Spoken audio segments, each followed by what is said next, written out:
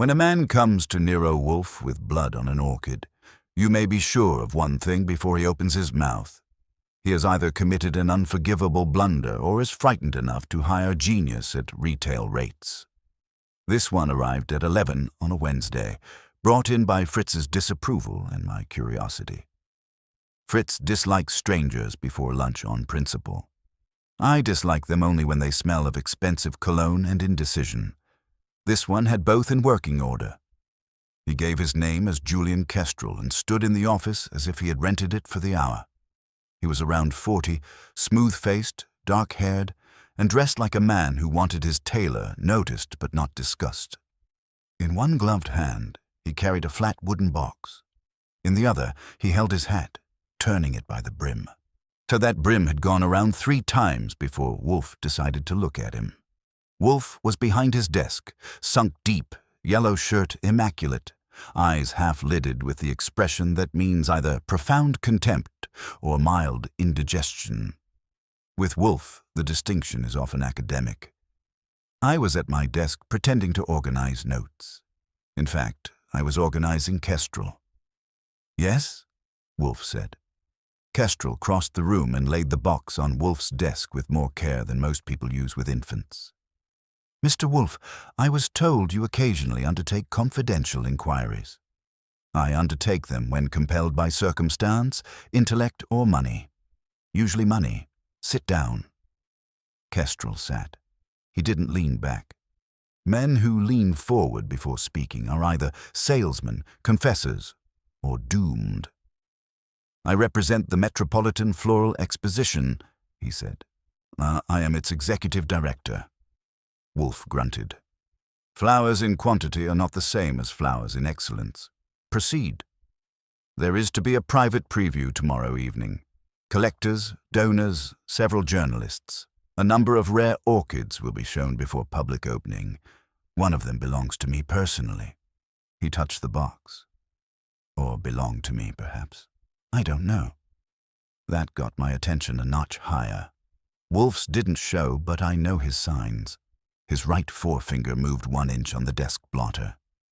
"Open it," he said. Kestrel lifted the lid. Inside, padded in dark green velvet, was an orchid corsage arrangement, though calling it that insulted the bloom. It was a lady's slipper, creamy white veined with rose, the pouch deepening toward crimson at the throat. One petal, near the edge, that carried a stain so dark it was almost black. Blood looks theatrical on silk and ugly on petals. On that orchid it looked like an argument between beauty and bad manners. Kestrel said, "It was delivered to my apartment at 9 this morning. No card except 1 line typed on plain paper." He handed it to me. I read it, then passed it to Wolfe. "You exhibit rotten things beautifully." Wolfe read it twice. "Charming. Why are you here instead of at the police?" Kestrel moistened his lips. "Because the blood may belong to a woman who vanished last night." That changed the room. Not noisily. Just enough to remind me that trouble often enters in polished shoes. Wolfe's eyes opened fully. "Name," he said. "Evelyn Voss. She was our chief designer for the exhibition. She left the conservatory on East 64th Street around 8:30. Said she never arrived home. Her sister telephoned me at dawn. I went to the conservatory myself this morning. Nothing appeared disturbed, except that 1 specimen was missing from the preparation room. This orchid." He nodded at the box. "It had been set aside for special display." "You recognized it immediately?" "Yes." "You are certain the stain is blood?" "No. But I am morally certain and nearly physically." Wolfe turned to me.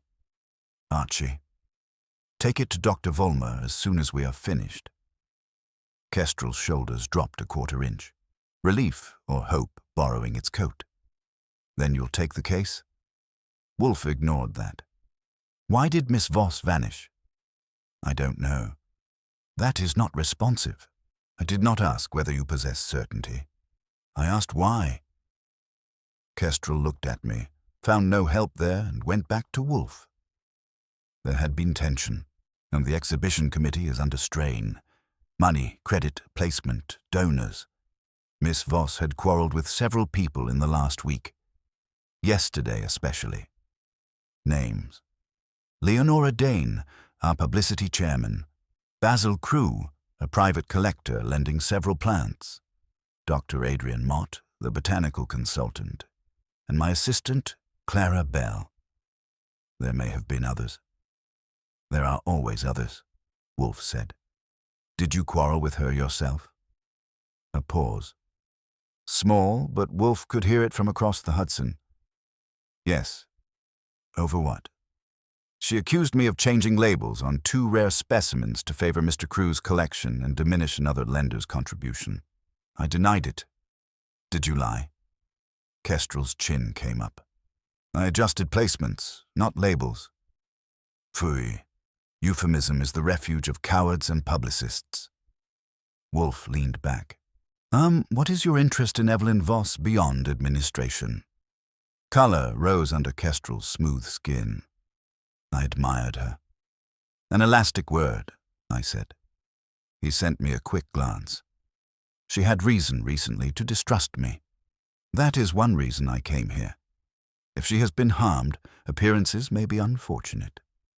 Indeed, Wolfe said, especially when one receives a blood-stained flower from the scene of one's own vanity. He shut his eyes, which meant he was thinking and didn't want the rest of us contaminating the process by moving. After half a minute, he opened them and spoke to me. Archie, you will go first to Dr. Vollmer, then to the conservatory. See Miss Voss's sister if useful. Inspect everything. Bring Saul Panzer here at 2 o'clock if you can reach him. Mr. Kestrel, you will leave that box. So you will also leave a check for a satisfactory sum as evidence of seriousness. Kestrel reached for his pocketbook so fast you would have thought Wolfe had said oxygen. As he wrote, Wolfe added, And Mr. Kestrel, if Miss Voss is dead, you are not yet my client. You are merely the man who arrived first. Kestrel didn't like that, but he swallowed it along with whatever objections he had been polishing. He signed the check, slid it across, and rose with the air of a man who had just invested in insurance that might refuse to pay. I escorted him out, noting the set of his shoulders and the way he paused at the door as if expecting a recall. Wolfe didn't oblige. The door closed, and the brownstone settled back into its proper silence, except that it wasn't proper anymore. A blood stain on an orchid had a way of sticking to the furniture, and I took the box and the typed note and went to the phone. Dr. Vollmer was in, and he agreed to look at the stain if I came right away. I grabbed my hat and was halfway to the door when Wolfe's voice stopped me. Archie? Yes, sir. Observe everything. Do not interpret. Interpretation is my vice. Sure, I'll bring you a clean set of facts and a dirty set of rumors. Bring me facts, he said. I manufacture my own rumors. I left him to his orchids and went out into a day that didn't deserve them. The city was bright and indifferent, and traffic behaved like it always does when it has no idea it's about to be important. Dr. Vollmer's office smelled of antiseptic and patience. He examined the stain with instruments that made it look less romantic and more like trouble. He scraped a minute sample, applied reagents. Schön watched the result without speaking. I watched him without blinking. Well, I said. It is blood, he said. Human, with a high probability. I can run further tests, but I doubt they will contradict this. How long has it been there? Not more than 12 hours, probably less. The condition of the petal suggests it was deposited while fresh and has begun to oxidize. It has not been cleaned or diluted. Anything else? He hesitated. There is a faint trace of something else. Oil, perhaps. Not plant-based. It could be from skin or from a substance transferred during handling. Perfume? Possibly. I'll need more time. Take it, I said. But don't take too much. I left the orchid with him and headed for the conservatory on East 64th. It occupied a narrow building that had been persuaded into thinking it was tropical. Once inside, the air was warm and damp, and the plants had that smug look they get when they know they're being pampered at someone else's expense. A young man at the front desk tried to stop me with a clipboard. I gave him my card, and a look that suggested paperwork was a hobby I had abandoned. He yielded. The preparation room was at the back, past rows of orchids in various stages of being admired or ignored. The room itself was neat in the way a place gets when it has been straightened after something has happened. Tables were clean, tools aligned, labels stacked. Too neat. I started with the obvious. One empty space on a shelf where a plant had been. A label nearby, face down. I turned it over. It read Cypripedium reginae, which matched Kestrel's orchid, more or less. There was a faint smudge on the edge of the label, not quite dirt, ours not quite ink. I sniffed it. Nothing. I pocketed it. A door led to a small office. Inside, a desk, a filing cabinet, and a wastebasket that had been emptied but not entirely forgotten. I found 2 crumpled pieces of paper under the liner. One was a list of donor names with check marks and crosses. The other was a note in a quick hand. No more changes. This ends tonight. No signature. I was reading it when a voice said, "You shouldn't be in here." I turned. She was standing in the doorway. Late 20s, hair pulled back, eyes that had decided long ago not to trust anyone who smiled too easily. She wore a conservatory badge. Clara Bell, if I had to bet. "I shouldn't be anywhere," I said. "But here I am. Archie Goodwin." "I know who you are," she said. "Mr. Kestrel told me you might come. I didn't expect you to start rummaging." "I don't rummage. I curate." "You're Miss Bell?" "Yes." "Then you can save me time. What happened last night?" She crossed her arms. "Evelyn and Mr. Kestrel argued, loudly, about labels and placement, about Mr. Crew's collection getting pride of place. Evelyn said it was dishonest." "Was it?" Her mouth tightened. "You'll have to ask Mr. Kestrel." "I plan to. What happened after the argument?" "Evelyn left. She said she was done for the night, that she would fix everything in the morning if it wasn't fixed already." "Anyone else here?" "Dr. Mott was in and out. Miss Dane came by earlier in the evening. Mr. Crew had been here in the afternoon." "Did anyone have access to the preparation room after Evelyn left?" "Staff. Me. Mr. Kestrel. Of course. And no one else should have." "Should have is a polite phrase," I said. "Reality isn't always polite." She didn't answer that. Her eyes moved to the empty space on the shelf. "That's where it was," she said. "Evelyn was very particular about that one. She said it had to be perfect." "Was it?" "It was as close as anything gets." "Did she have enemies?" "She had standards," Clara said. "That's enough." I took out the crumpled note. "You recognize this?" She read it, and something flickered behind her eyes. "It's hers," she said. "Evelyn's handwriting." "Who was she talking to?" Clara shook her head. "Everyone." That covered a lot of ground, and none of it usefully. I put the note away. "Where's Miss Voss's sister?" I asked. "Upstairs. She's been here all morning. Waiting." "Waiting for what?" Clara looked at me. "For someone to tell her this isn't as bad as it looks." "And is it?" She didn't answer. She stepped aside so I could pass. Upstairs, the air was cooler, less forgiving. I found Evelyn Voss's sister in a small office that pretended to be comfortable. She stood when I entered, and I saw at once that whatever resemblance there had been between the sisters had been altered by worry. "I'm Archie Goodwin," I said. "I work with Nero Wolfe." "I know," she said. "Julian called me. I'm Margaret Voss." "Have you heard from your sister?" "No." "Did she have reason to disappear?" Margaret's hands tightened on the back of a chair. "Evelyn doesn't disappear. She confronts. That can be dangerous. She knows that." Did she say anything to you yesterday? She called me around 7. She said there was something wrong with the exhibition, that people were lying, that she was going to stop it. Did she mention names? Yes. Kestrel, Crew, and Miss Dane. Anyone else? She hesitated. Dr. Mott. She said he knew more than he was saying. About what? She didn't tell me. She said she would explain today. And didn't. Margaret nodded. And then that thing arrived for Julian. An orchid, I said, stained with blood. She closed her eyes. Yes. I let the silence sit for a moment. Then I said, Mrs. Voss, if your sister left something here, anything, would you know where to find it? Margaret opened her eyes. She kept a notebook, always. Notes, sketches, lists. She never went anywhere without it. Is it here? I don't know. I looked in her office. It wasn't there. Then someone else may have it, I said. And that makes it important. Important for what?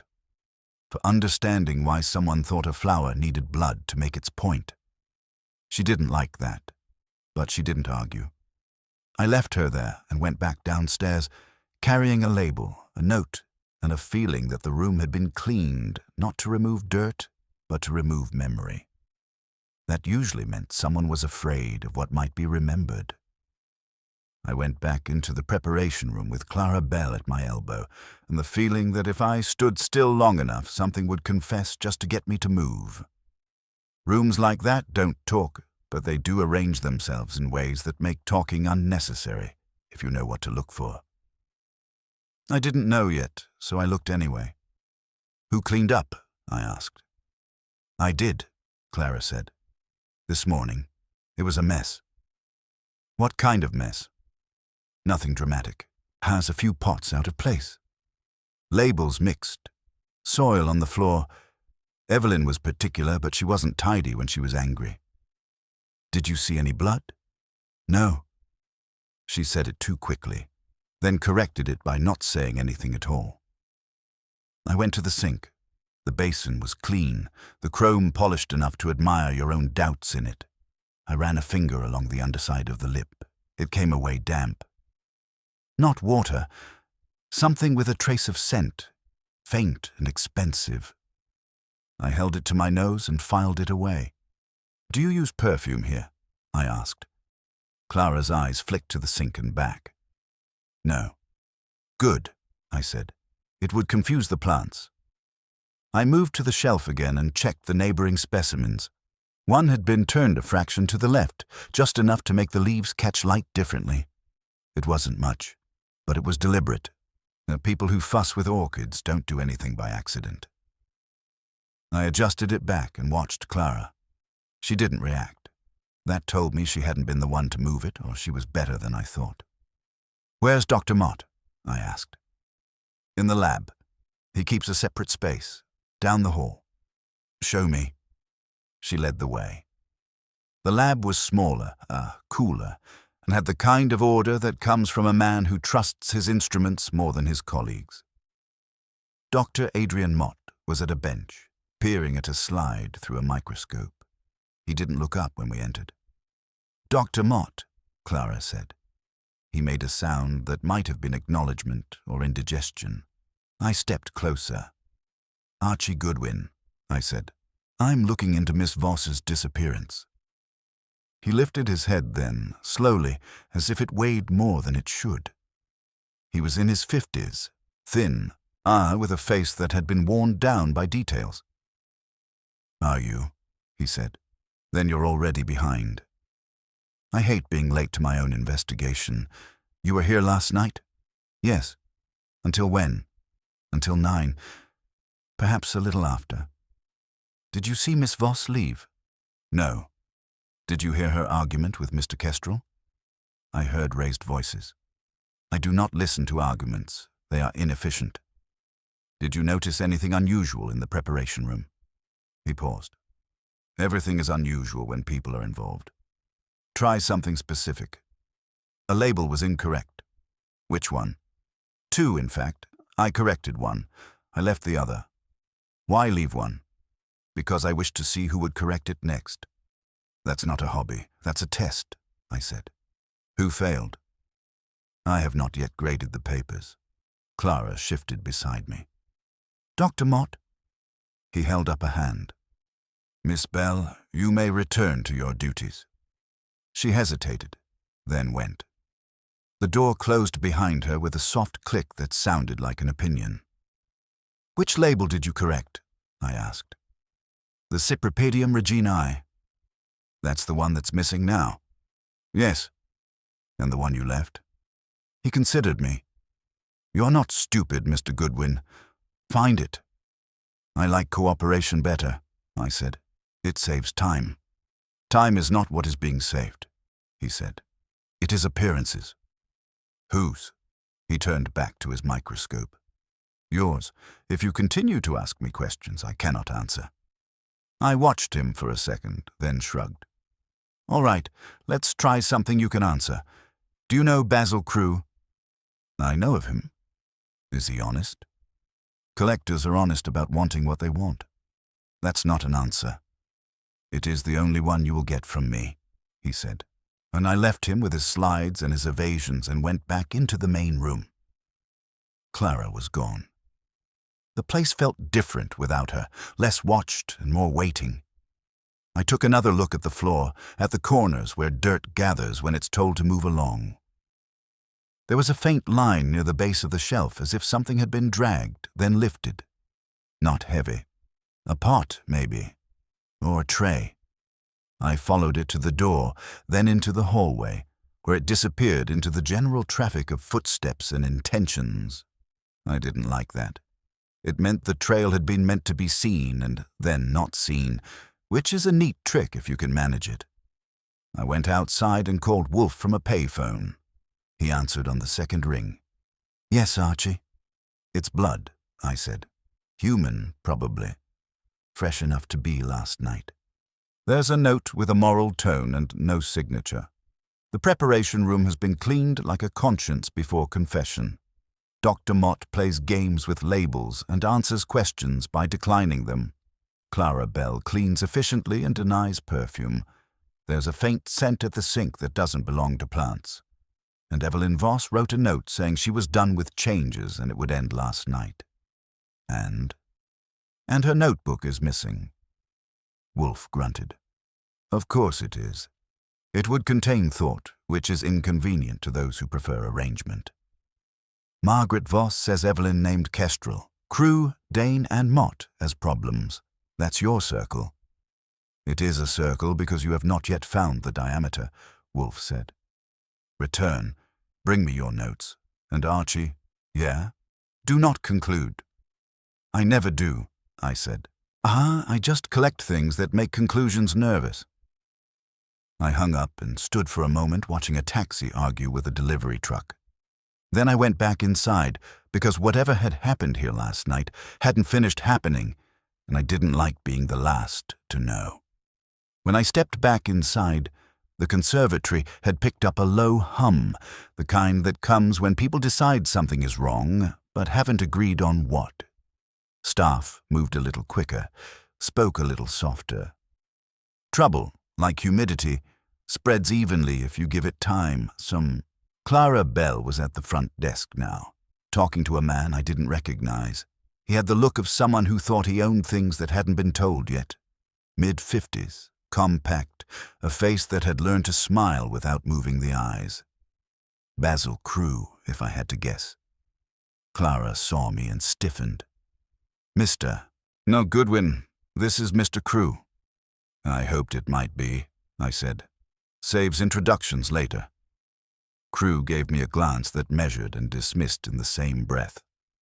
I understand you're interfering with the preparation for tomorrow's preview. I prefer to think of it as improving the odds that it happens at all, I said. You've lent specimens?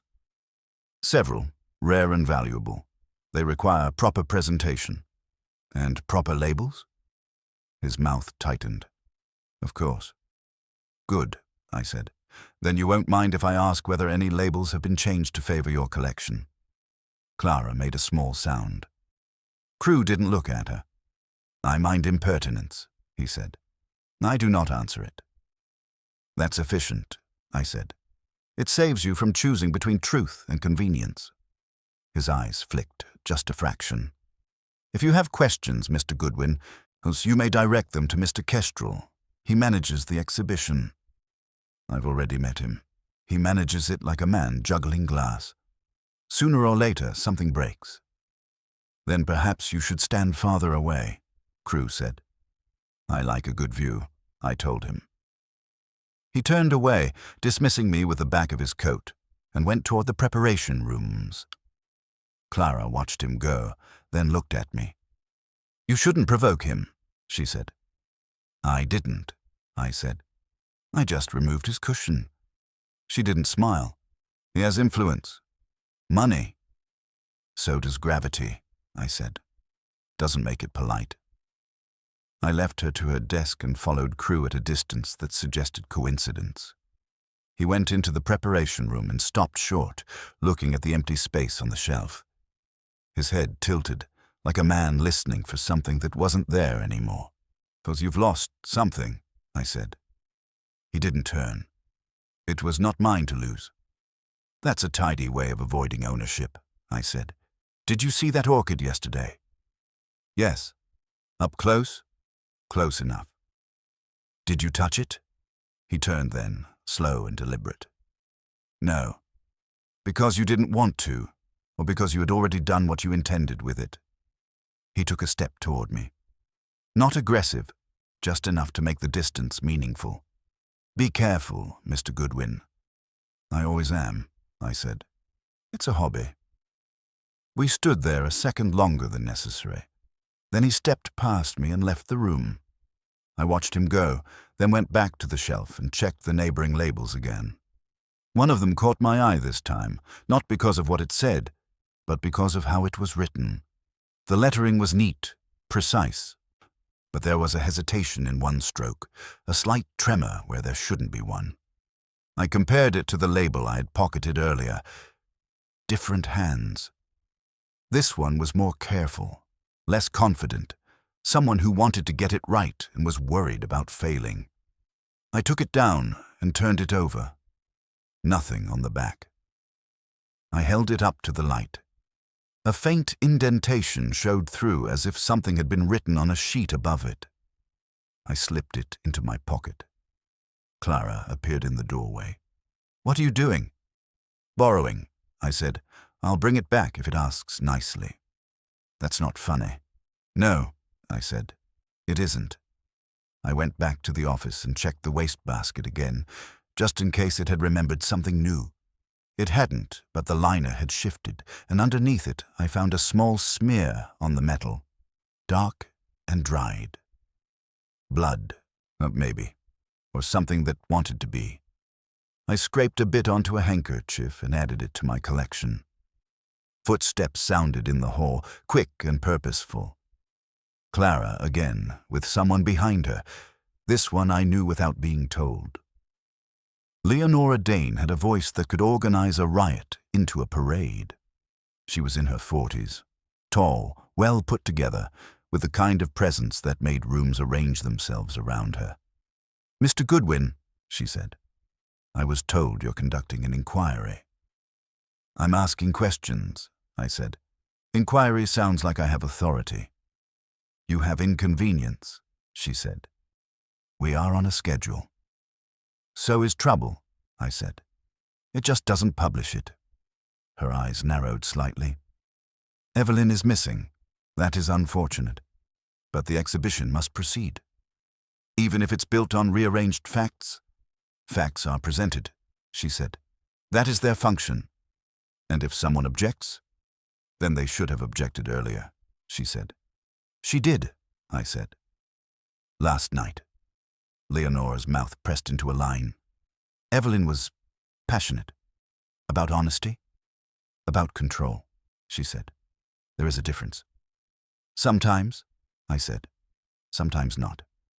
She took a breath, smoothed it out. "If you have specific questions, ask them. Otherwise, I suggest you allow us to prepare." "All right," I said. "Did you see Evelyn last night?" "Yes." When? Around 8. Briefly. She was agitated. Did you argue? No. Did anyone? Mr. Kestrel did, and loudly. Did you see Basil Crewe here? In the afternoon. Did he return later? No. Did you notice anything missing this morning? The orchid, she said. And Evelyn. Anything else? She hesitated, just enough. No. I let that sit. Do you use perfume, Miss Dane? She blinked. Excuse me? Do you use perfume? Yes, she said. Most people do? What kind? Why does that matter?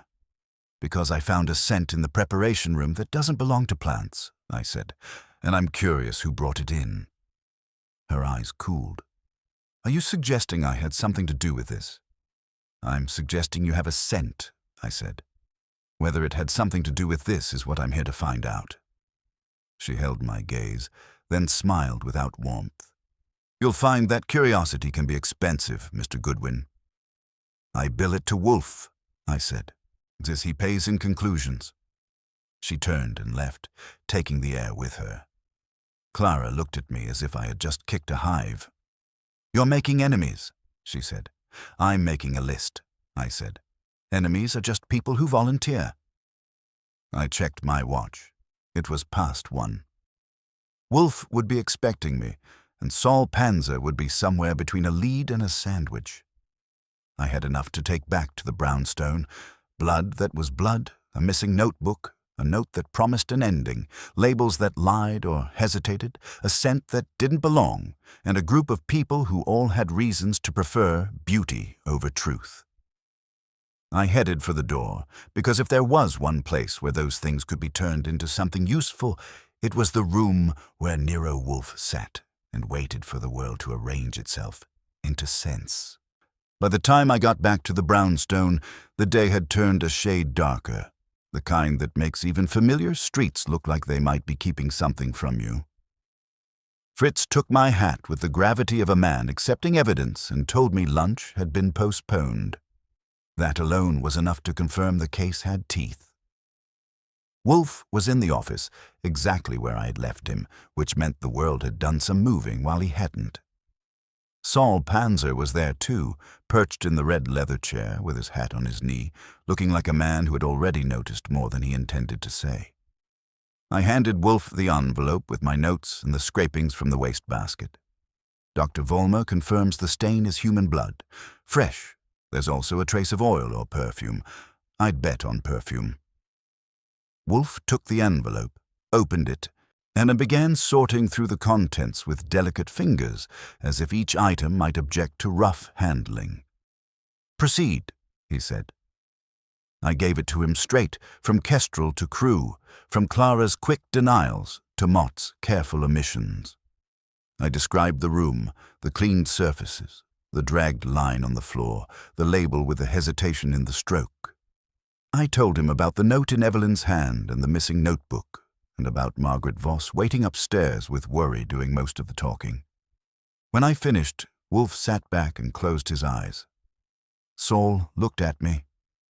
Busy morning, he said. I left out the part where I got bored, I said. You never get bored, Saul said. You just change targets. Wolfe opened his eyes. Mr. Panzer, what have you? Saul shifted slightly. I made a few calls. So Crewe has a reputation for acquiring things that aren't always available.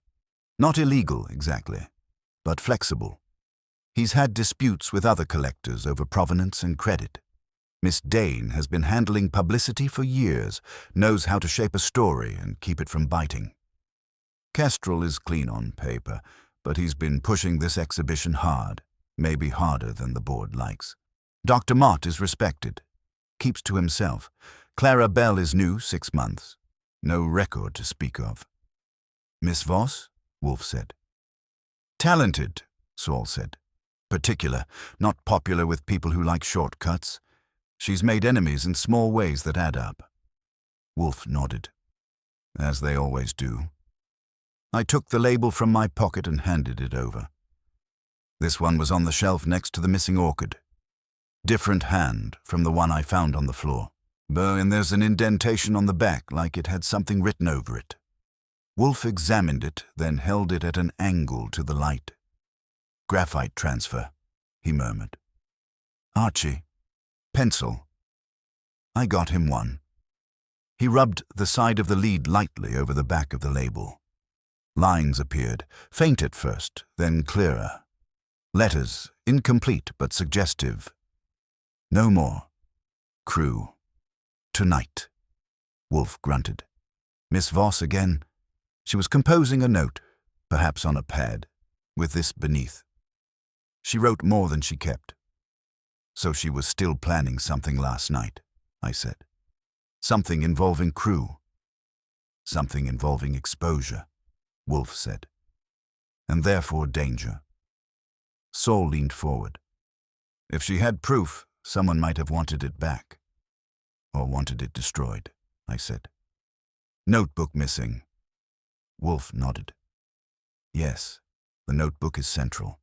It contains the thoughts of a woman who objected. Thoughts are intolerable to those who prefer arrangement. I took out the handkerchief with the scrapings. There's also this. From the wastebasket. Could be blood. Wolfe didn't touch it.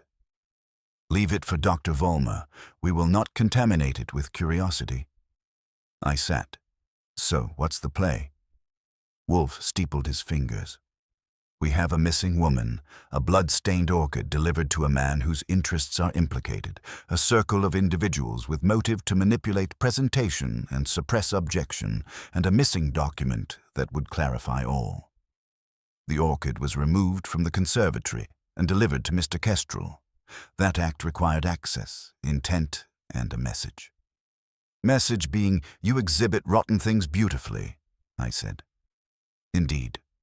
A moral rebuke, Wolfe said. Or a clever imitation of one. Saul nodded. Someone wants Kestrel to look bad. Or wants him to feel bad, I said. There's a difference. Not in effect, Wolfe said. Mr. Kestrel came to us promptly. That suggests either innocence or a refined sense of self-preservation. Which one do you prefer? I asked. I prefer facts, Wolfe said. Preferences are for dinner. He turned to Saul. You will observe Mr. Crew, discreetly, his movements, his contacts, especially today. Saul nodded. All right. Archie, Wolfe said, you will return to the conservatory this afternoon. You will obtain samples of any perfumes used by Miss Dane and Miss Bell. You will also determine whether Dr. Mott corrected one label and left another, and why, and you will find Miss Voss's notebook. Just like that, I said. Anything else? Yes, Wolfe said. Do not allow yourself to be charmed, intimidated, or distracted. I'll leave my vulnerabilities at home, I said. Do so, Wolfe said. They clutter the mind. I stood. What about Kestrel? Wolfe's eyes narrowed slightly. He will return at 4. I've invited him. I will ask him questions he will not enjoy answering. That should be fun, I said. It will be instructive, Wolfe said. Fun is irrelevant. I went to the door, then paused. One more thing, I said. There was a faint scent at the sink. Expensive. Not something you'd expect in a room full of plants. Wolfe nodded. Perfume is an intrusion. Like you, Archie, but less articulate. Identify it. I'll bring you a bottle if I can, I said. Bring me knowledge, Wolfe said. Bottles are for Fritz. I left him there, already turning the pieces over in his mind, fitting them into shapes that would either hold or collapse under their own weight. Outside, the afternoon had settled into that uneasy balance where anything could tip it. I headed back to the conservatory because somewhere in that carefully arranged jungle was a missing notebook, a stain that spoke louder than it should, and a truth that someone had decided needed to be handled like a rare flower, seen, admired, and never quite touched. The conservatory looked busier when I got back, but it wasn't the kind of busy that gets things done. It was the kind that rearranges worry into activity so no one has to admit they're waiting. I went straight past the front desk this time. Clara saw me and didn't try to stop me. That was either progress or surrender. I started with Leonora Dane. If there was perfume in that room, because she was the most likely to be wearing it like a statement. I found her in a side office with 2 assistants and a stack of proofs that were trying to look important. She dismissed the assistants with a glance that could have organized a parade and turned to me. "Back again," she said. "Have you found Evelyn?" "No," I said, "but I'm collecting the things that might explain why she's missing." "Then you're collecting air," she said. "We have deadlines." "Deadlines are a form of optimism," I said. "They assume the future behaves." She didn't smile. "What do you want?" "Your perfume," I said. Her eyes hardened. "You've asked that already." "I'm asking again. What is it?" "Chanel," she said. "Number 5. It's hardly a secret." "May I said, gesturing. She hesitated. She then extended her wrist with the air of a woman granting a concession she would later regret. I leaned in and took a careful sniff. It was good, expensive, and wrong. The scent at the sink had been sharper, less floral, with a trace of something that wanted to linger in corners. "Thank you," I said. "That's not it." She pulled her hand back. "Am I cleared?" "From perfume," I said. "Not from anything else." "I won't tolerate insinuations," she said. "Then don't inspire them," I said, and left before she could arrange a response. Clara was in the corridor. "You're making this worse," she said. "I'm making it clearer," I said. "Where do you keep your things?" "My things?"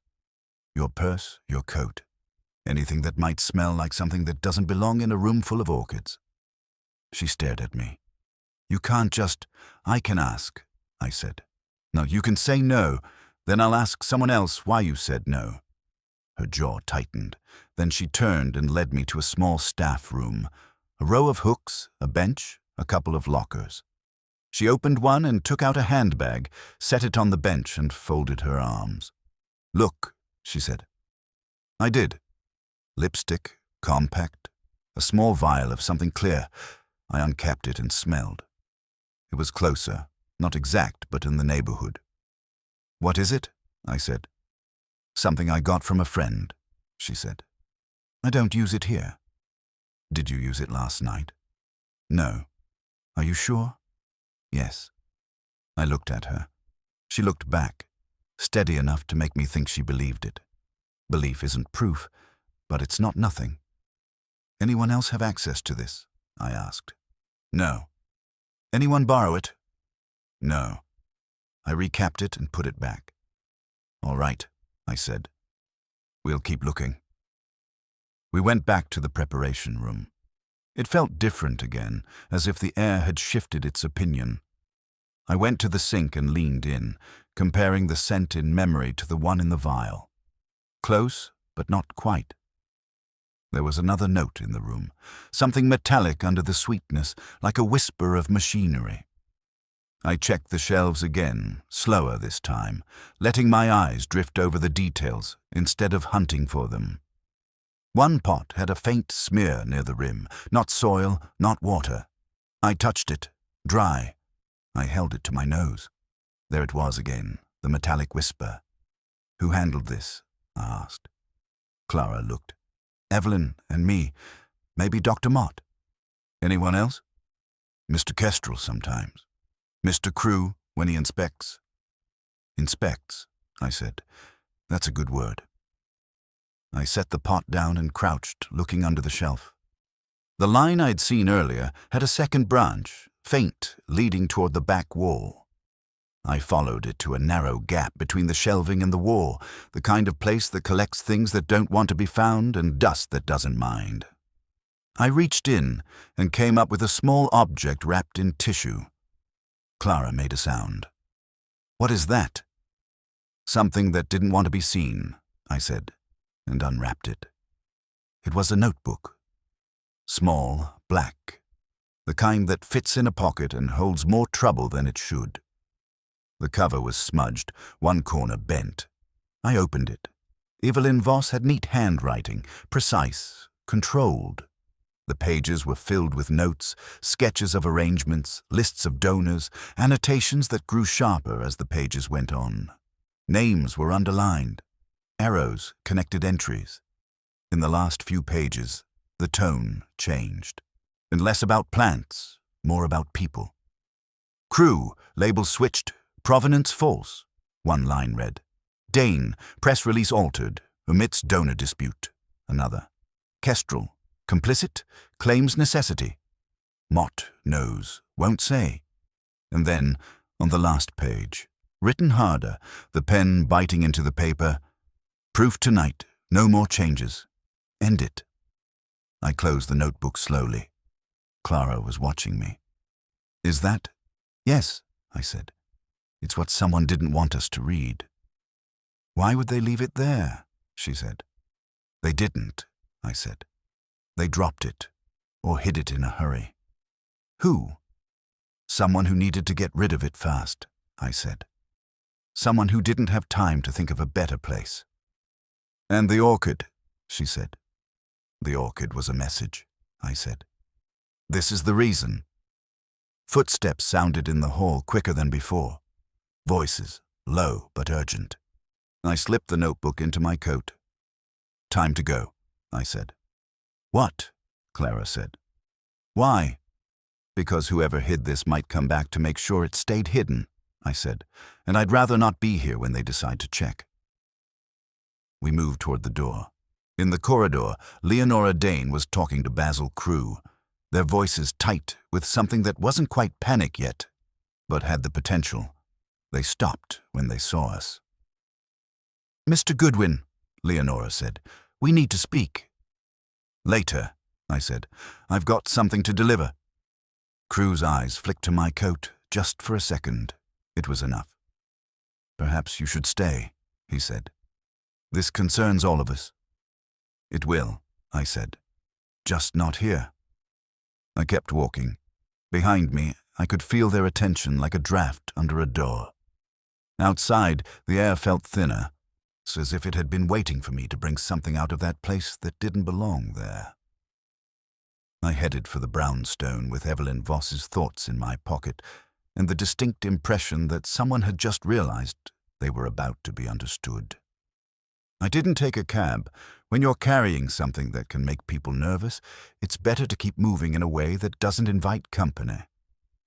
I walked fast, cut corners where they helped, and checked reflections in shop windows without looking like I was checking them. No one obvious trailed me, but that didn't mean anything except that if someone was, they were better at it than I was at spotting them on a good day. The brownstone felt solid when I got back, like a fact you can lean on.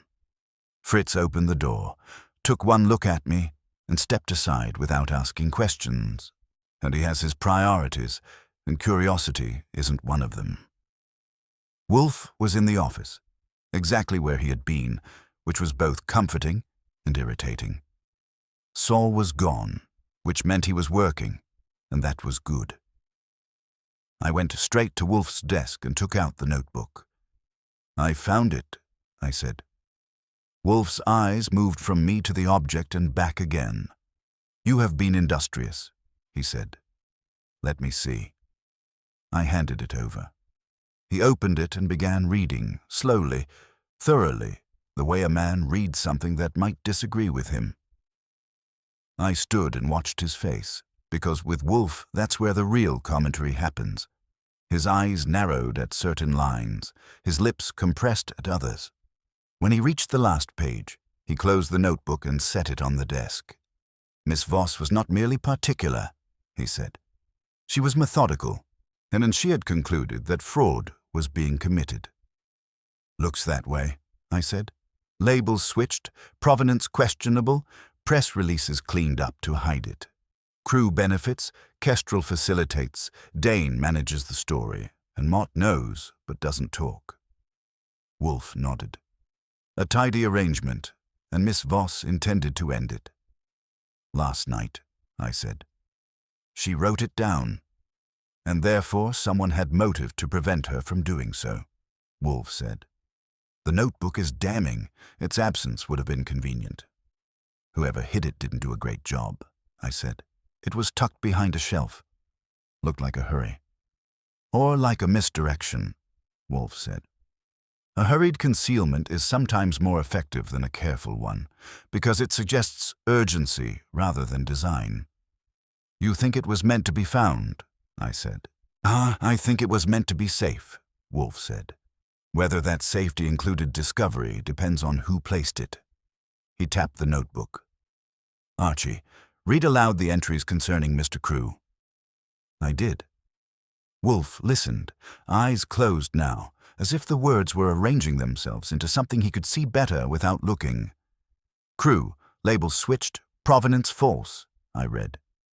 Dane, press release altered, omits donor dispute. Kestrel, complicit, claims necessity. Mott, knows, won't say. Wolfe said. Miss Voss suspected but did not yet possess proof. She intended to obtain it that evening. The phrase, proof tonight, is decisive. Which means she either got it or didn't, I said. If she did, it's not in the notebook. Precisely, Wolfe said. Therefore it is elsewhere. Or it was taken.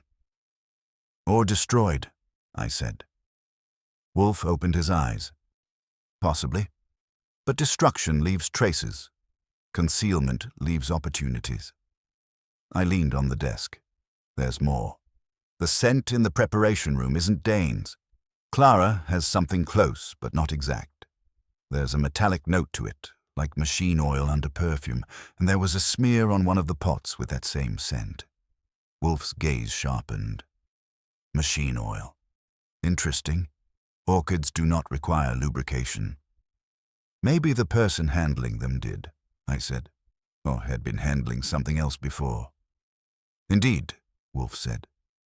And the sink bore traces of perfume, suggesting that someone attempted to cleanse something there. Hands, I said, or an object. Or both, Wolfe said. What of Dr. Mott's labels? He admitted correcting one and leaving another wrong to see who would fix it, I said. Said he hasn't graded the papers yet. A scientist conducting an experiment, Wolfe said. In a room full of people who prefer results to method. He's either naive or cunning. Pick one, I said. I will pick both, Wolfe said. They often coexist. The doorbell rang. Fritz went to answer it. A moment later, Julian Kestrel came in, carrying his composure like a borrowed coat. He looked at me, then at Wolfe, and then at the notebook on the desk. His eyes lingered there just a fraction too long. You asked me to return, he said. I did, Wolfe said. Sit down.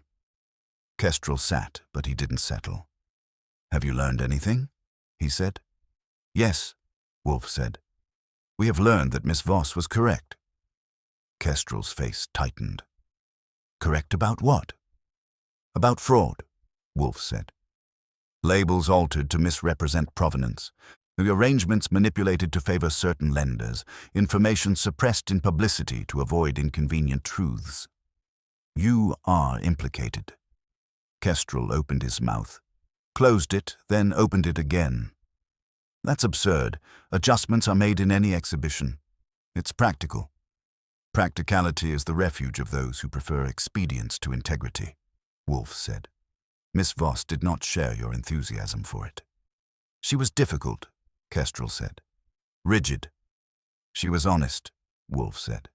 And she intended to expose you. Kestrel leaned forward.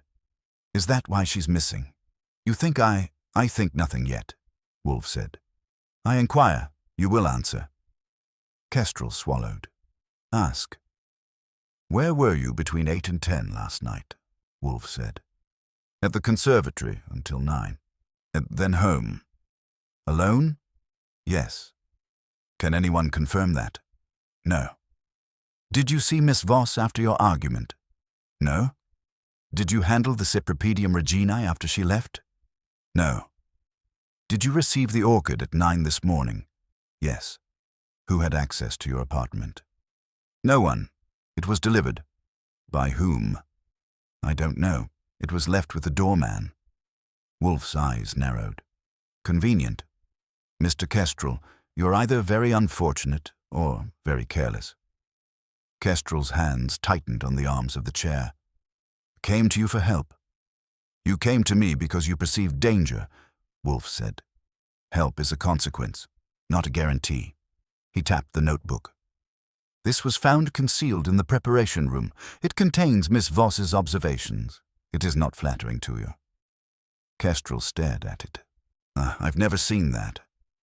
I did not ask whether you have seen it, Wolfe said.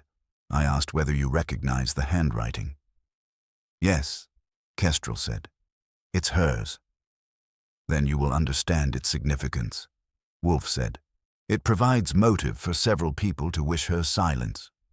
Kestrel's gaze flicked to me, then back to Wolfe. Including me, you mean? Including you, Wolfe said. But not limited to you. Kestrel leaned back, his composure slipping just enough to show the man underneath. What do you want from me? The truth, Wolfe said. And your cooperation. You will remain available.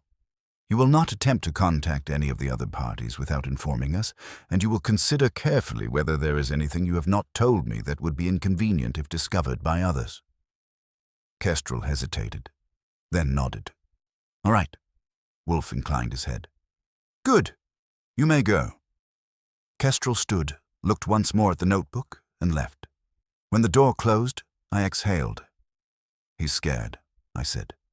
He should be, Wolfe said. Fear is the beginning of honesty. What now? I asked.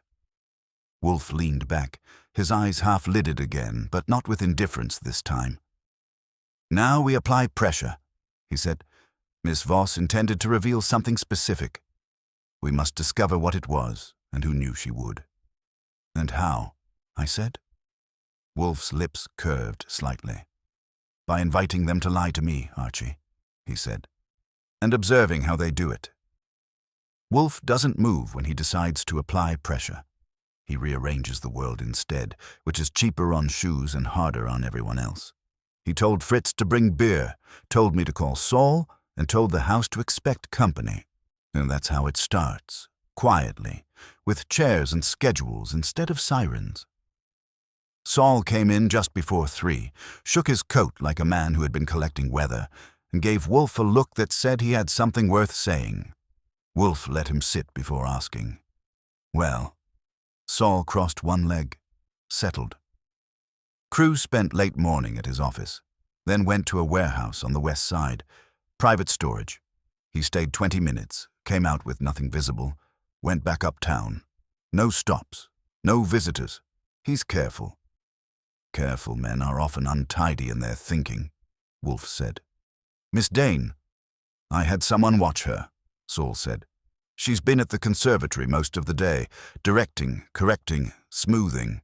No sign she's met anyone privately. She made 2 phone calls from the office. One to a reporter, one to Kestrel's office. Both short. Kestrel.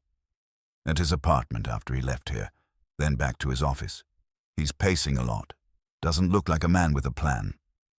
Dr. Mott? Saul shook his head. Hard to read. In and out of the lab. He took a short walk around noon, came back with a small package. Brown paper. I didn't see him open it. Miss Bell? Stayed put, Saul said. Nervous. Watches doors. Wolfe nodded. Good. You will remain available. Saul looked at me. You find what you went for? I found a notebook, I said, and a few people who didn't want me to. Saul's mouth twitched. That's the right kind of finding. Wolfe lifted a hand. Archie, telephone Miss Dane, Mr. Crew, Dr. Mott, and Miss Bell. Invite them here at 5. Inform them that their attendance is necessary. If they demur, I'd inform them that absence will be interpreted as confession. That's polite, I said. It is effective, Wolfe said. I went to the phone and made the calls. Dane tried to control the conversation, Crew tried to end it, Mott tried to ignore it, and Clara Bell tried to understand it. They all agreed to come. People will agree to almost anything if they think refusing will look worse. At 10 minutes to 5, Fritz had the chairs arranged, the beer chilled, and the room set like a stage that doesn't admit it's one. Wolfe was behind his desk, monumental as ever. I took my place at my desk. Saul leaned against the bookcase, a shadow with opinions. They arrived in order that made no sense except to them. Leonora Dane first, composed and armored in poise. Basil Crewe next, compact and contained, eyes measuring distances. Dr. Mott, looking as if he had been interrupted by something he preferred. Clara Bell last, hesitant but determined not to show it. They took their seats. No one spoke. Wolfe let the silence sit long enough to get their attention, then longer to make them wish it hadn't. "Thank you for coming," he said. "We will proceed without preliminaries. Miss Evelyn Voss is missing. A blood-stained orchid was delivered to Mr. Kestrel. We have reason to believe that Miss Voss intended to expose fraudulent practices within your exhibition. We also have reason to believe that someone prevented her from doing so." Leonora Dane leaned forward. "This is outrageous." "Be quiet," Wolfe said without raising his voice. She stopped. It wasn't obedience. It was surprise. Wolfe continued. "Each of you had motive. Mr. Crewe, you benefit from misrepresented provenance. Miss Dane, you benefit from the suppression of disputes. Dr. Mott, you benefit from the appearance of order without the inconvenience of disclosure. Miss Bell, you benefit from employment in a system that rewards compliance. Mr. Kestrel, whom I have already interviewed, benefits from all of the above." Clara's hands tightened in her lap. Crewe's eyes narrowed. Mott looked bored, which meant he wasn't. Dane sat very still. "You will each speak in turn," Wolfe said. "You will answer my questions. You will not interrupt. If you lie, I will know it, and you will regret it. If you tell the truth, you may still regret it, but you will have my respect. We will begin with Miss Dane." Leonora drew a breath that might have been for emphasis. "I have nothing to hide." "Then you will have no difficulty," Wolfe said. "Did you alter press materials to omit reference to a dispute over provenance?" "Yes," she said. "It was irrelevant to the public." "It was relevant to the truth," Wolfe said. "Did Miss Voss object?" "Yes." "Did you argue?" "No." "You are lying," Wolfe said. Her eyes flashed. "I am not." "You are," Wolfe said. "Your denial was too swift and too complete. You argued. You minimized it because you prefer control. Answer again." She hesitated, then said, "We had words." "Did you threaten her?" "No." "Did you see her after she left the preparation room?" "No." Wolfe watched her, then nodded. "Mr. Crewe." Crewe shifted slightly. "This is absurd." "Absurdity is often the last refuge of those confronted with fact," Wolfe said. "Did you provide specimens with questionable provenance?" "No." "You are lying," Wolfe said. Crewe's jaw tightened. "Prove it." "I will," Wolfe said. "In due course. Did Miss Voss accuse you of it?" "Yes." "Did you respond?" "I told her she was mistaken." "Did you touch the Sepripedium reginae last night?" "No." "You are lying," Wolfe said. Crewe's eyes flicked just a fraction. "Enough." Wolfe turned. "Dr. Mott, you corrected one label and left another incorrect. Why?" Mott folded his hands. "To observe behavior." "Whose behavior?" "Everyone's." "Did you see who corrected the second label?" "Yes." "Who?" Mott looked at Wolfe, then at the others. "Miss Bell." Clara jerked. "No, be silent," Wolfe said. "Miss Bell, did you correct a label last night?" She swallowed. "Yes." "Which one?" "The one doctor. Mott left wrong." "Why?" "Because it was wrong." "Did Miss Voss ask you to?" "No." "Did anyone else?" "No." "Did you see anyone handle the Sepripedium reginae after Miss Voss left?" She hesitated. I saw Mr. Crewe in the room. Crewe turned to her. That's not... Silence, Wolfe said. Miss Bell, did you see him touch it? I saw him near it, she said.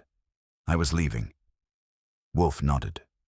Dr. Mott, did you see Mr. Crewe in the room after Miss Voss left?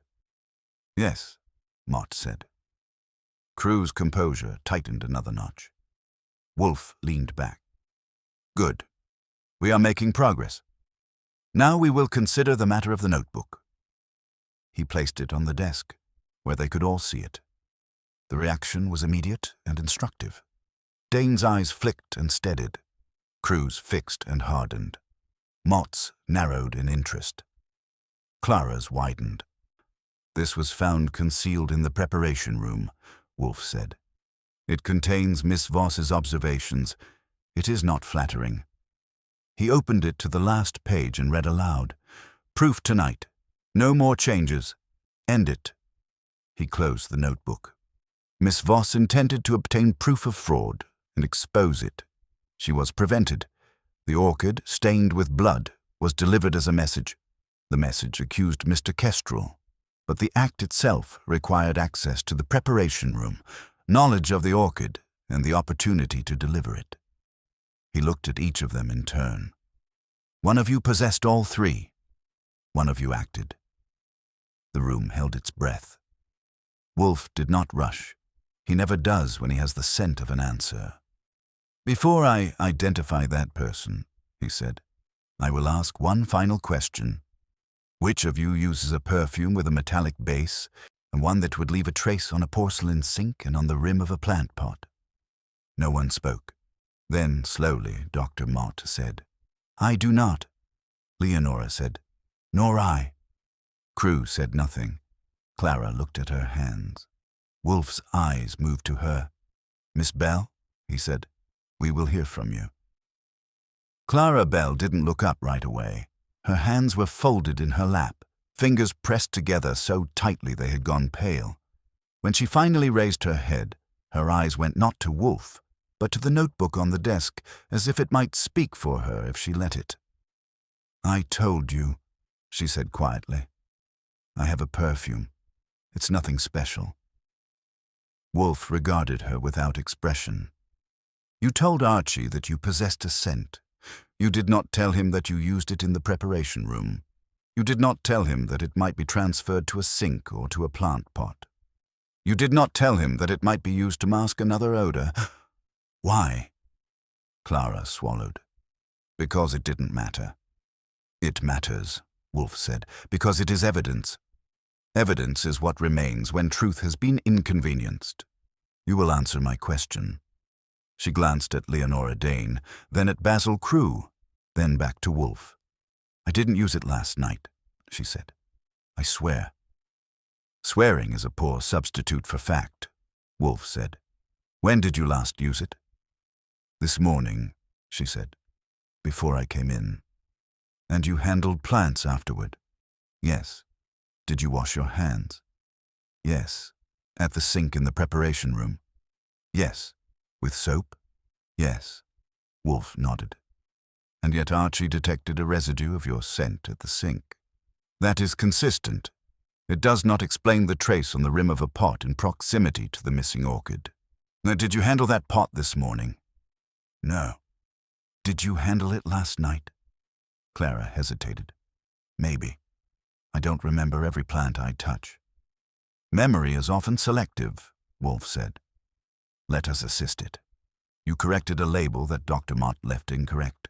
Which plant was it attached to? The Miltonia, she said. Not the Cypripedium reginae, Wolfe said. No. Then your contact with the Cypripedium must have occurred at another time, Wolfe said. When? I don't know, she said, a little louder now. I didn't do anything to it. Wolfe's gaze did not shift. Miss Bell, I'm not accusing you of altering the orchid. I'm establishing your movements. You were in the preparation room after Miss Voss left. You corrected a label. You washed your hands. You had access. That places you within the circle of opportunity. It does not yet assign guilt. Clara's shoulders dropped a fraction, as if that distinction mattered. Wolfe turned his attention to Crewe. Mr. Crewe, you were observed in the preparation room after Miss Voss left. You denied touching the cypripedium. That denial was false. Why did you lie? Crewe's jaw tightened. I did not lie. You did, Wolfe said. Miss Bell saw you near the plant. Dr. Mott corroborates your presence. Your denial was categorical. That is the signature of falsehood. Why? Crewe leaned forward. Because I knew how it would look, he said. Because I knew you would twist it. I do not twist, Wolfe said. I align. Did you touch the plant? Yes, Crewe said, the word forced out. I inspected it. That is all. With your hands? Yes. Before or after Miss Voss left? After. Did you alter anything? No. Did you remove the plant? No. Did you have reason to remove it? No. You had reason to prevent Miss Voss from exposing you, Wolfe said. I had reason to ignore her, Crewe said. She was a nuisance. People who are nuisances often become problems, Wolfe said, and problems are sometimes removed. Crewe's eyes flashed. Are you accusing me of harming her? I'm accusing you of lying, Wolfe said. The rest remains to be demonstrated.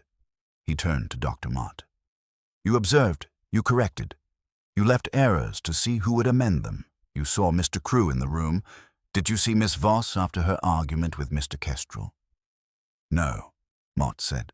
Now, did you hear anything unusual after she left? No. Did you leave the building before 9? Yes. Did you return? No. Wolfe watched him. You are either telling the truth or you are very good at not telling it. Which is it? Mott's mouth twitched. You will have to decide. I will, Wolfe said. In time. He shifted his gaze to Leonora Dane. Miss Dane, you denied arguing with Miss Voss, then admitted to having words. That suggests minimization.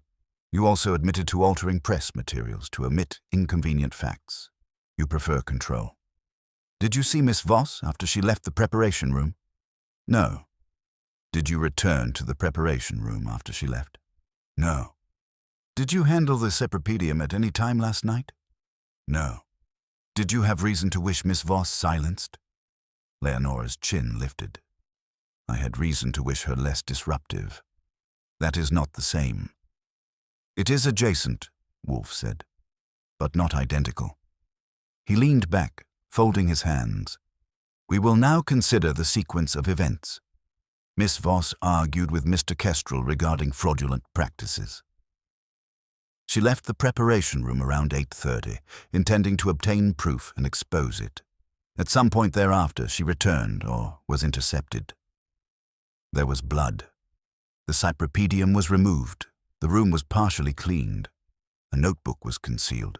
The orchid was delivered to Mr. Kestrel as a message. He paused, letting the structure settle. The critical questions are these. Who knew that Miss Voss intended to obtain proof that evening, who had the opportunity to confront her, and who would benefit from both her silence and Mr. Kestrel's implication? Silence answered him, but it was a different kind now, tighter, more aware. Wolfe continued. Miss Voss's notebook indicates that she suspected all of you to varying degrees. But suspicion is not proof. She intended to obtain proof tonight. That implies a meeting, an arrangement, or an action planned for that evening. Who among you was aware of that plan? No one spoke. Wolfe's eyes moved slowly from face to face, pausing just long enough to let discomfort bloom. When he reached Clara Bell, he stopped. Miss Bell, he said, you are new. You have less invested in the existing arrangement than the others. You're also the one who corrected a label without instruction, indicating a preference for accuracy. Did Miss Voss confide in you? Clara's eyes filled just slightly. She talked to me sometimes, she said. About what? About the exhibition, about how things weren't right. Did she tell you she intended to obtain proof last night? Clara hesitated, then nodded. Yes. A ripple went through the room, small but real. What proof? Wolfe said. She said she had arranged to meet someone who would confirm the labels had been switched, Clara said. A donor, someone whose plant had been downgraded. Name, Wolfe said. Clara swallowed. Mr. Harlan Pike. Wolfe's eyes narrowed. Mr. Pike is not present. He's not involved, Clara said quickly. He noticed. Evelyn said he would bring documents. Where was this meeting to occur? Wolfe said. In the preparation room, Clara said. After closing. Wolfe nodded slowly. Then the circle tightens. Miss Voss expected to meet Mr. and Pike in the preparation room after 8:30.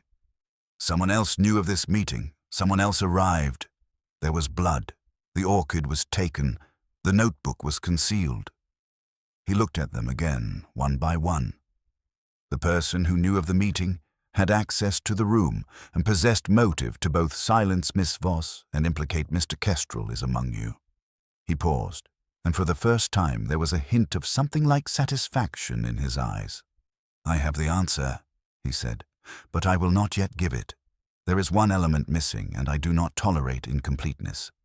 Archie, we require Mr. Harlan Pike. I got Harlan Pike on the third try, which is better than average for a man who prefers not to be found when his name comes up in a room full of other people's problems. He sounded cautious before I said anything useful, and more cautious after. This is Archie Goodwin, I told him. I work with Nero Wolfe. We need you at Mr. Wolfe's office, now. I don't see why, he started. You met Evelyn Voss last night, I said. Or you were supposed to. She's missing, there's blood, and your name is in a notebook that suggests you were bringing proof of something people here would rather keep decorative. You can come now and say it out loud, or you can wait and have it said for you. Silence on the line, then a breath that decided something. All right, he said. Give me 20 minutes. Take 15, I said, and hung up. When I turned back, the room had settled into that rigid quiet that comes when people realize the next voice might decide what happens to them. Wolfe hadn't moved. He didn't need to. He's coming, I said. Good, Wolfe said. We will wait. Waiting with Wolfe is not idle. It's a form of pressure.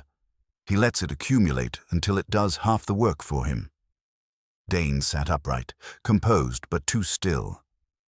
Crew had taken to studying the carpet, as if it might suggest an exit.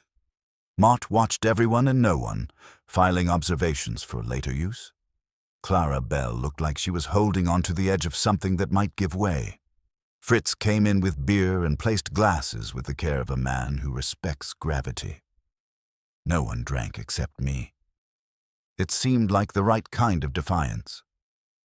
Harlan Pike arrived in 12 minutes. He was in his early 50s with the look of a man who had made his money by noticing what other people missed and had regretted it at least once. He paused just inside the office, taking in the assembly, the notebook on the desk, and Wolfe behind it.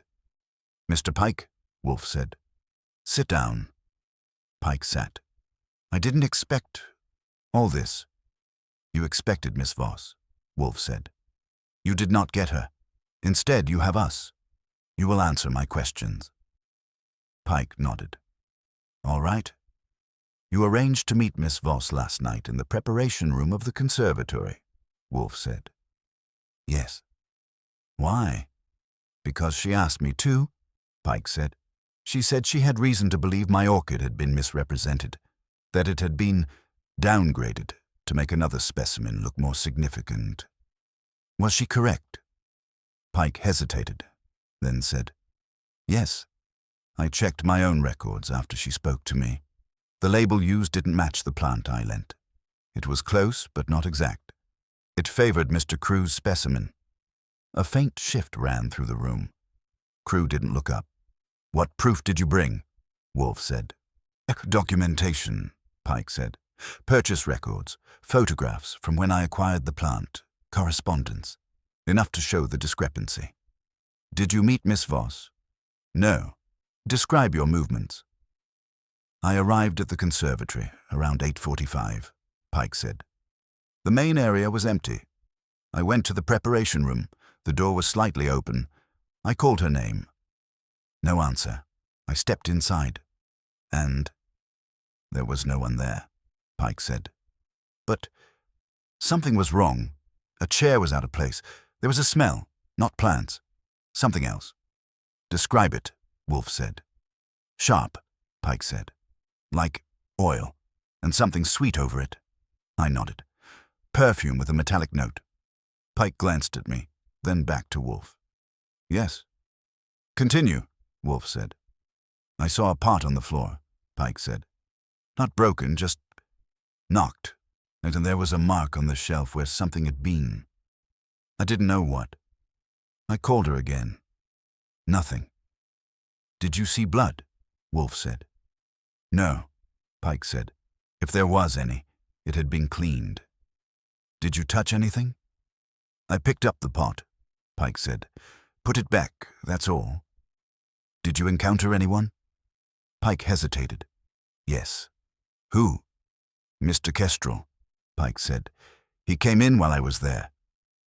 Kestrel, who had been sitting to one side, stiffened. That's not... Silence, Wolfe said. Mr. Pike, describe the encounter. He looked surprised to see me, Pike said. Asked what I was doing there. I told him I was meeting Miss Voss. He said she had already left, that I must have missed her. Did you believe him? No, Pike said, but I had no reason to argue. I left. What time was this? A little before 9, Pike said. And Wolfe turned his gaze to Kestrel. Mr. Kestrel, you told me you did not see Miss Voss after your argument. You did not tell me you returned to the preparation room. Kestrel's composure cracked. I went back briefly, he said, to check on things. It was routine. Routine is a convenient word, Wolfe said. Did you encounter Mr. Pike? Yes, Kestrel said. He was there. I told him Evelyn had left. I assumed she had. You assumed incorrectly, Wolfe said. Or you lied. I didn't know, Kestrel said. I thought she had gone. Wolfe watched him for a long moment, then shifted his attention back to Pike. Did you see anyone else? Pike shook his head. No. Did you deliver the orchid to Mr. Kestrel this morning? No, Pike said. I had nothing to do with that. Wolfe nodded. Very well. He leaned back, folding his hands, and then the room seemed to tighten around him. We now have the sequence, he said. Miss Voss arranges to meet Mr. Pike to obtain proof. She confronts Mr. Kestrel earlier. She returns to the preparation room. Mr. Pike arrives shortly before 9 and finds the room disturbed, but empty. Mr. Kestrel arrives and misdirects him. The orchid is later removed and delivered to Mr. Kestrel as a message. He paused, letting the structure settle into something solid. The critical moment is between Miss Voss's return to the preparation room and Mr. Pike's arrival. During that interval, she encountered the person who would silence her and appropriate the situation to implicate Mr. Kestrel. Wolfe's eyes moved to Leonora Dane. Miss Dane, he said, you stated that you did not return to the preparation room after Miss Voss left, and that was false. Leonora's composure held for a fraction of a second, then shifted. You have no proof. I have sufficient proof, Wolfe said. You had knowledge of the meeting. Miss Voss confided in Miss Bell. Miss Bell is not adept at concealment. You observed her behavior, inferred the meeting, and acted. You possess the perfume with a metallic base, industrial fixative used to set scent in certain formulations. It explains the trace at the sink and on the pot. You are meticulous. You would attempt to clean the scene, but you would not anticipate all traces. Leonora's eyes flicked just once toward Clara. It was enough. You confronted Miss Voss, Wolfe continued. There was a struggle. Blood was shed. Whether you intended to kill her or merely silence her is a question for the police. You removed the orchid, stained it. and arranged for it to be delivered to Mr. Kestrel to implicate him and deflect attention from yourself. You concealed the notebook in haste, intending to retrieve it later. You returned to your duties, controlling the narrative as you always do. No, Leonora said, but it was weaker now. That's speculation. It is deduction, Wolfe said, and it is supported by your conduct, your access, your motive, and the physical evidence. Mr. Pike's testimony places Mr. Kestrel in the room after the fact, not during the critical interval. Mr. Crewe had motive but lacked the necessary control over the narrative. Dr. Mott observed but did not act. Miss Bell lacked both motive and the capacity for such orchestration. Leonora stood abruptly. This is absurd. You can't. Sit down, Wolfe said, and she did, because there was something in his voice that made refusal seem like an admission. Miss Dane, he said, you are finished. For a moment, no one moved. Then the doorbell rang, sharp and decisive. Fritz went to answer it. When he returned, 2 men followed him in, plainclothes, official, carrying the kind of authority that doesn't need introduction. Wolfe inclined his head. Gentlemen, he said, Miss Leonora Dane has something to tell you. Leonora didn't speak. She looked at the notebook, at the people in the room, at the structure Wolfe had built around her, and saw no gap in it. Her shoulders sagged just slightly, and that was enough. They took her away. The room exhaled. Crewe looked smaller. Mott looked thoughtful. Clara looked like she might sit down on the floor if no one stopped her. Kestrel looked like a man who had just discovered that survival has a cost. Wolfe closed the notebook and set it aside. Archie, he said, we will dine. Of course, I said. Nothing like a little intellectual justice to sharpen the appetite. Wolfe's eyes half closed. It is not justice that sharpens it, he said. It is the removal of disorder. Appetite thrives on clarity. I followed him out, leaving the room to settle back into silence, which it did with relief. Later, over dinner, Wolfe remarked that beauty without integrity is merely decoration, and decoration, while pleasant, is not nourishment. I told him that orchids probably disagreed. He said orchids do not think. I said neither do most people until they have to. He grunted, which in Wolfe's language can mean anything from agreement to indigestion. I took it as a compliment and finished my beer. Dinner restored the balance of the house, which is Wolfe's way of saying the world can behave again now that it has been corrected. Fritz outdid himself, as he tends to when disorder has been properly removed, and Wolfe gave his full attention to the meal in a manner that would have offended anyone who believed conversation should compete with cuisine. I let him eat. I had my own appetite, sharpened not just by food but by curiosity that hadn't quite been fed. Afterward, in the office again, the silence returned, but it wasn't the same silence. This one had closure in it, or something that looked like it from a distance. Wolfe settled into his chair with a glass of beer, eyes half closed, and I took my place at my desk. Well, I said, that was neat. It was adequate, Wolfe said. Dane planned it, confronted Voss, got blood on the Orchid, tried to frame Kestrel, hid the notebook, and went back to managing the show, efficient in a cold sort of way. Yes? And we got her. Yes. I waited. Wolfe didn't continue. That meant either he thought the matter finished, or he was letting me do the work of asking the right question. I decided to oblige him. You're not satisfied, I said. Wolfe opened one eye. I am satisfied with the removal of Miss Dane, he said. I'm not satisfied with the assumption that the matter is complete. Meaning? I said. Meaning, Wolfe said, that we have established that Miss Dane acted to silence Miss Voss and to implicate Mr. Kestrel. We have not yet established whether Miss Voss is dead. That shifted the room again, just slightly. There was blood, I said. There was blood. Wolfe agreed. Blood is not synonymous with death. It is a sign of injury. The quantity, the distribution, and the subsequent actions determine its significance. We have evidence of blood on a petal and traces in a wastebasket. We have no body. We have no witness to a fatal act. So she could be alive, I said. She could, Wolfe said. And if she is, then Miss Dane's actions, while criminal, are incomplete. Then where is she? I said. Wolfe sipped his beer. That is the question that remains. I leaned back. All right, Dane confronts Voss in the preparation room. There's a struggle. Blood. Dane panics, cleans up, takes the orchid, frames Kestrel, hides the notebook. Voss, what? Walks away? Possibly, Wolfe said. Possibly not. Pike didn't see her, I said. Kestrel didn't mention her, and no one else saw her leave.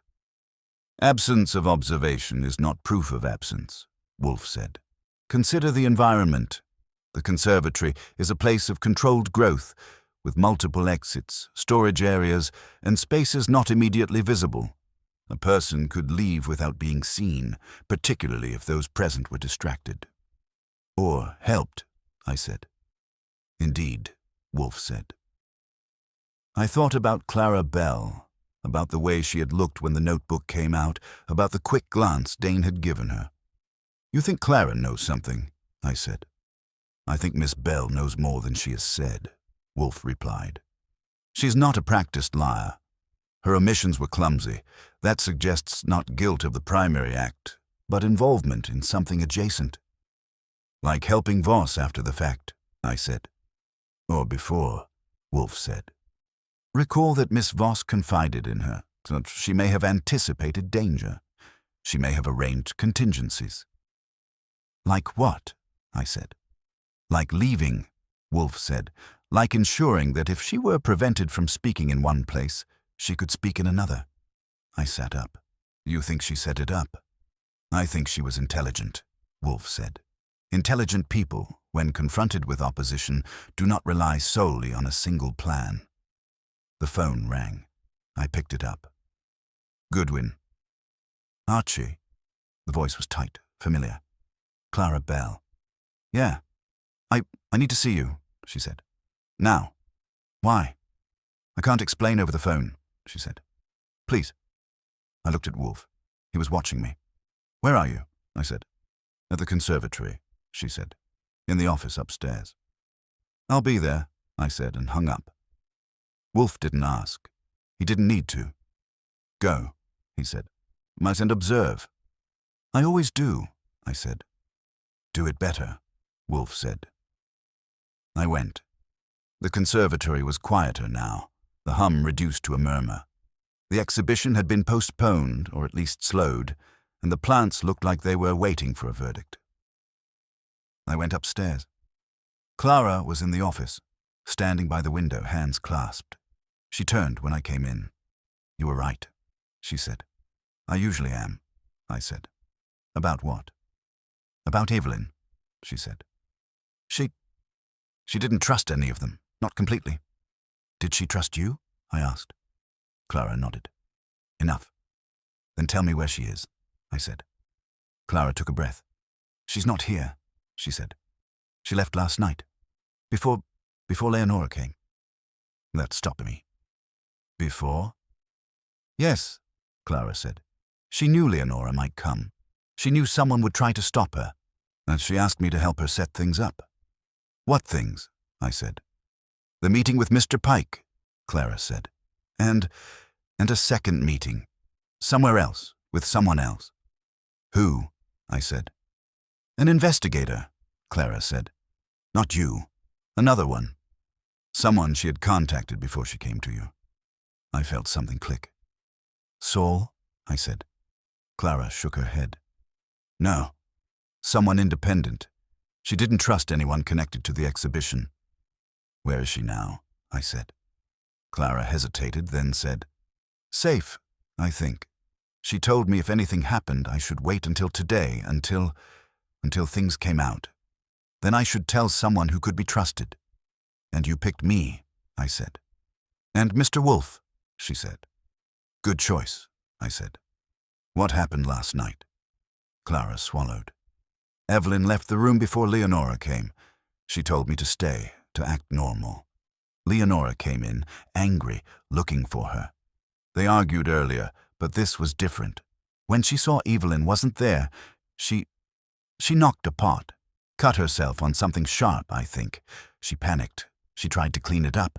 She took the orchid, said something about making Kestrel pay. I didn't understand. I was scared. "And the notebook," I said. "I took it," Clara said. "Evelyn told me to hide it if anything happened. I put it behind the shelf. I was going to get it later, but you found it first." I nodded. "And you didn't tell Wolfe all that because I was afraid," she said. "Of Leonora, of everyone, and because I didn't know who to trust." "That's fair," I said. "But next time, trust me sooner." She gave a small, shaky smile. "I will." I went back to the brownstone with that and laid it out for Wolfe. He listened, and eyes closed, then opened them and nodded. "Thus," he said, "Miss Voss survives. Miss Dane's guilt is established, but not of murder. Mr. Kestrel is spared the full weight of implication, though not of censure. Mr. Crewe's practices remain suspect and will likely attract attention. Dr. Mott will continue to observe. Miss Bell has learned something about courage." "And you?" I said. "I have eaten," Wolfe said. "And I've been correct." "That's a good day," I said. "It is an adequate day," Wolfe said. "Perfection is rare." I leaned back, feeling the case settle into something that would hold. "You going to tell the police about Voss?" "In due course," Wolfe said. "Miss Voss will decide how she wishes to proceed. She has agency. I do not deprive people of it when they have earned it." "And the exhibition?" I said. "It will proceed," Wolfe said. "With adjustments. Truth has a way of altering arrangements." I grinned. "You don't say." Wolfe's eyes half closed again. "Archie," he said, "beauty, when divorced from integrity, is merely decoration. Decoration pleases the eye but does not sustain. When integrity is restored, beauty regains its purpose." I considered that. "So, orchids with clean labels taste better?" "They nourish the mind," Wolfe said. "Which is preferable?" I stood. "I'll tell Fritz to keep the menu honest then." "Do so," Wolfe said. I went out, leaving him with his thoughts and his orchids, both of which he preferred arranged just so. The brownstone settled into its proper silence again, the kind that means things have been put back where they belong, or at least close enough that no one will complain until the next disruption arrives, and it always does.